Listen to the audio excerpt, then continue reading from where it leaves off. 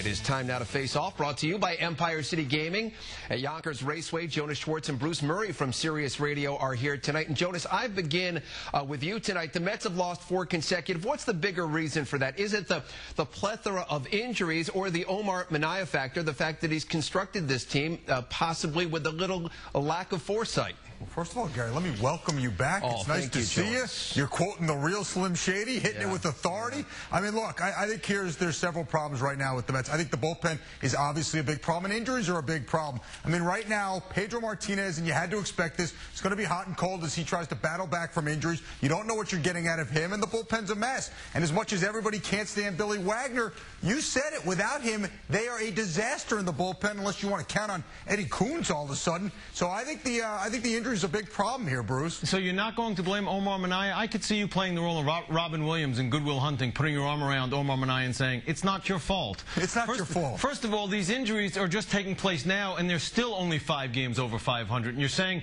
you couldn't predict the injury to Pedro Martinez? You couldn't predict the injury to El Duque? You couldn't predict the injury to an outfielder in Ryan Church, who was better than he was supposed to be anyway? You know what? It's the general manager's job to prepare a team for injuries. They didn't make a deal before the trading deadline. They added no depth. It is the general manager's fault. Well, I mean, I don't think you can predict the injury to a Church. I don't think you can predict it to John Maine necessarily. I mean, yes, you're right. There are certain older players. I mean, yes, you could have predicted it to Pedro, and he did come in with age on this team. But, I mean, I still think in some cases they've been hit harder than anybody would have expected. All right, so the Mets began the night 3 games out of first place. Question is, who's the bigger threat to the Mets? Is it the Phillies or the Marlins, Bruce, and why? Well, the Phillies, that's the easy one, because the Marlins are just not good enough. They also didn't make a deal before the break, unless you consider Arthur Rhodes the answer to their problems. The Phillies did. They got Blanton. Brett Myers comes out of the minors, starts pitching much better. They were the best team when the season started this year. They're the best team now. They're also healthy. And you know what else they do? They have outfielders playing the outfield. That helps them be better than the Mets.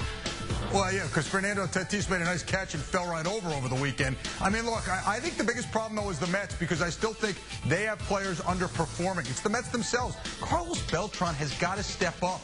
I understand that, at times, you got to allow a guy to struggle. But, Bruce, he has got to be much better than he has played. And I think, we've seen other guys bounce back. Delgado, all of a sudden, has been a revelation for the most part. And I think if Beltran steps up, it adds a whole new dimension to this lineup. When are you going to start accepting the fact that Bill Parcells once said, you are what your record says it is? Their record says they're 5 games better than 500, and take out a 10-game winning streak, and they're under 500. And that's basically the way they've played all year long. Jonas and Bruce, stand by. We're back to you, gentlemen, in just a bit. Want to remind everybody...